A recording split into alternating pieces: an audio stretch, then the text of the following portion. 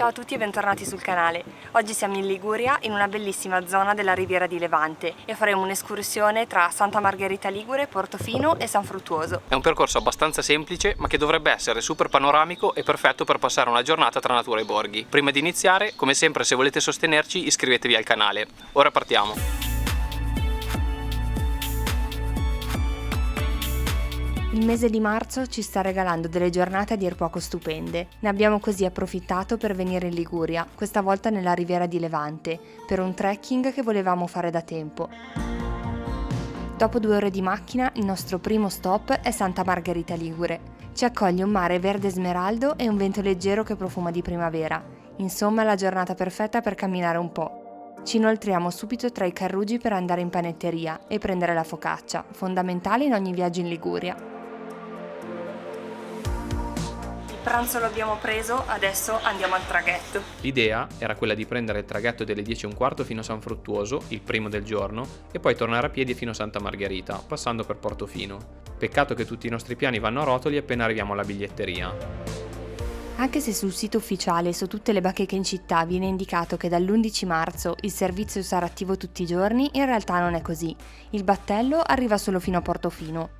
Dato che vogliamo comunque fare questo trekking, scegliamo di prendere il biglietto di sola andata per Portofino, al costo di 9 euro a testa. L'ultimo ritorno è alle 16 ed è impossibile che riusciremo a prenderlo, anche perché si sono appena aggiunte almeno 2 ore e mezza di cammino non previste.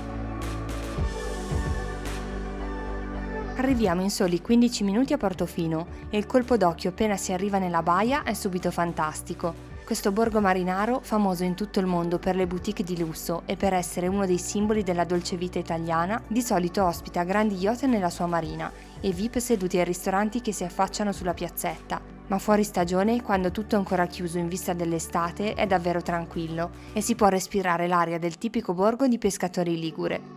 Ci incamminiamo per le piccole caratteristiche vie fino ad arrivare a Piazza della Libertà, punto di partenza del nostro trekking. Prendiamo la lunghissima scalinata di fronte a noi e iniziamo la ripida salita. Nella prima mezz'ora di cammino è concentrato quasi tutto il dislivello positivo del tracciato.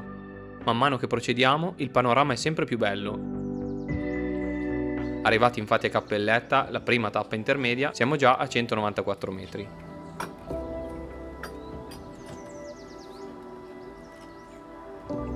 Da qui iniziamo a camminare in costa, con una vista pazzesca sul mare. Ci ricorda il sentiero dell'infinito, che abbiamo fatto lo scorso anno tra Porto Venere e Rio Maggiore. Se vi siete persi il video vi lasciamo il link qui in alto a destra.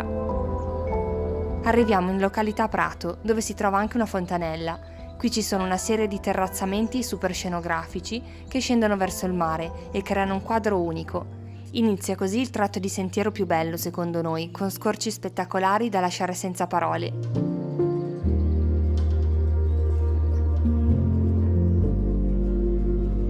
Si alternano affacci sul mare, punti a strapiombo e tratti in mezzo al bosco. È davvero una meraviglia.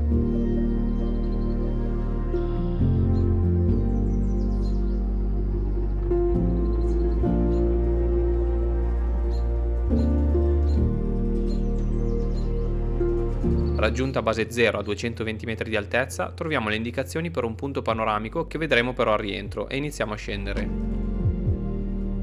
Abbiamo appena passato base 0 e adesso inizia la discesa verso San Fruttuoso, che è abbastanza ripida. La discesa è impegnativa come la prima salita, se non di più, e dopo 3 ore buone di cammino con diverse soste per foto e video, finalmente vediamo spuntare dietro agli alberi la cupola dell'abbazia di San Fruttuoso. Appena arrivati al piccolo borgo, raggiungibile solo con questo sentiero o in nave, siamo subito colpiti dalla sua bellezza. Il color sabbia del monastero benedettino e l'azzurro intenso del mare creano un contrasto splendido. Scendiamo in spiaggia per goderci il nostro meritato pranzo. Siamo arrivati a San Fruttuoso, è stata impegnativa la discesa da base 0, tra l'altro che dobbiamo fare la salita, quindi dobbiamo ricaricare un po' le energie e per questo mangiamo la focaccia. Vero motivo per cui veniamo in Liguria tutte le volte? No, non è vero, però buona la focaccia. Oggi qui è davvero tranquillo, dato che è fuori stagione e tutte le attività come bar e ristoranti sono chiuse. Da un lato per noi questa pace è assolutamente un pro. Ci rilassiamo per un po' con il rumore delle onde, mentre osserviamo i gabbiani che volano sereni nella baia, ma sono già le 14:30 ed è ora di rimetterci in marcia.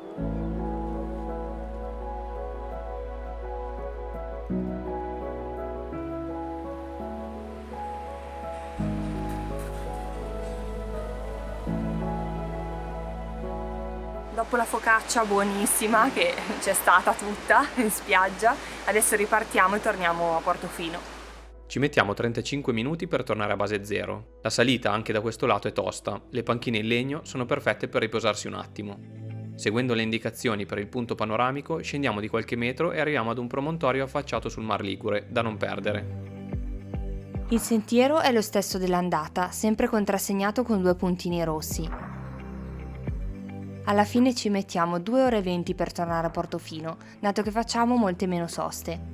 Arrivati in centro, andiamo verso il lato opposto della famosa piazzetta e prendiamo una bella strada in salita tra le case. Dopo pochi minuti si apre davanti a noi una splendida veduta sulla marina e sulle tipiche abitazioni color pastello.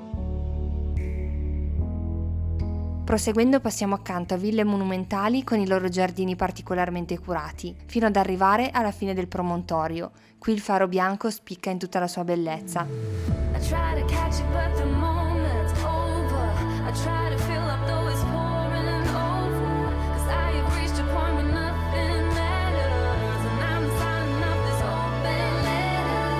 Sta calando il sole e questo è sicuramente il posto perfetto per vedere il tramonto, un luogo davvero romantico. Vorremmo fermarci di più, ma ci manca ancora una parte di percorso.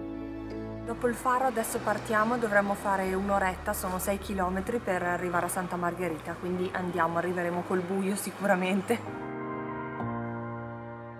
Passiamo accanto alla chiesa del Divo Martino e in pochi passi troviamo sul lato sinistro della strada la scala che ci porta alla passeggiata dei Baci, che arriva fino alla baia di Paraggi. Si cammina in una stradina lastricata per lo più pianeggiante che costeggia il mare. Lasciandoci alle spalle Portofino, incontriamo diversi belvedere che regalano scorci da cartolina. Uno dei più suggestivi, secondo noi, si può ammirare da Punta Calleca, di fianco a Villa Beatrice. I colori tenui del tramonto questa sera sembrano dipinti.